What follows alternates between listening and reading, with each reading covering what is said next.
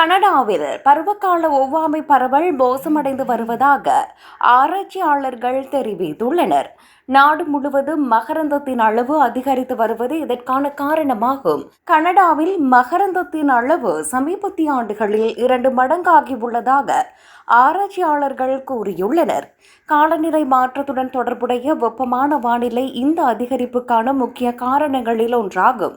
அத்துடன் இந்த ஆண்டின் வானிலையும் ஒவ்வாமை காலத்தை மேலும் மோசமாக்கியுள்ளதாக நிபுணர்கள் தெரிவித்துள்ளனர்.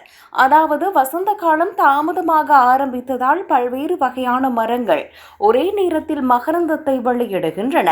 இது பலருக்கும் ஒவ்வாமை அறிகுறிகளை மேலும் மோசமாக்கியுள்ளது. குறிப்பாக ஆல்பர்டாவில் வசிக்கும் மக்கள் இந்த ஆண்டு கடுமையான ஒவ்வாமை அறிகுறிகளை உணர்ந்துள்ளனர். இதேவேளை பனி, உறைபனி, வெப்பமான வெப்பநிலை மற்றும் பூக்கும் மரங்கள் உள்ளிட்ட விரைவான வானிலை மாற்றங்களும் மகரந்தத்தில் திடீர் அதிகரிப்பை ஏற்படுத்தி இருப்பதாக நிபுணர்கள் தெரிவித்துள்ளனர். இதனால் கண் அரிப்பு, மூக்கு ஒழுகுதல், தும்மல் மற்றும் பிற ஒவ்வாமை போன்ற பிரச்சனைகளை மக்கள் எதிர்கொண்டு வருகின்றனர்.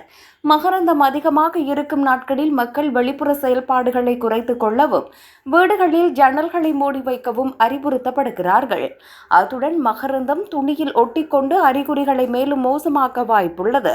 இதனால் துணிகளை வெளியில் உலர வைக்கும் போதும் மக்கள் கவனமாக இருக்க வேண்டும் என நிபுணர்கள் அறிவுறுத்தியுள்ளனர்.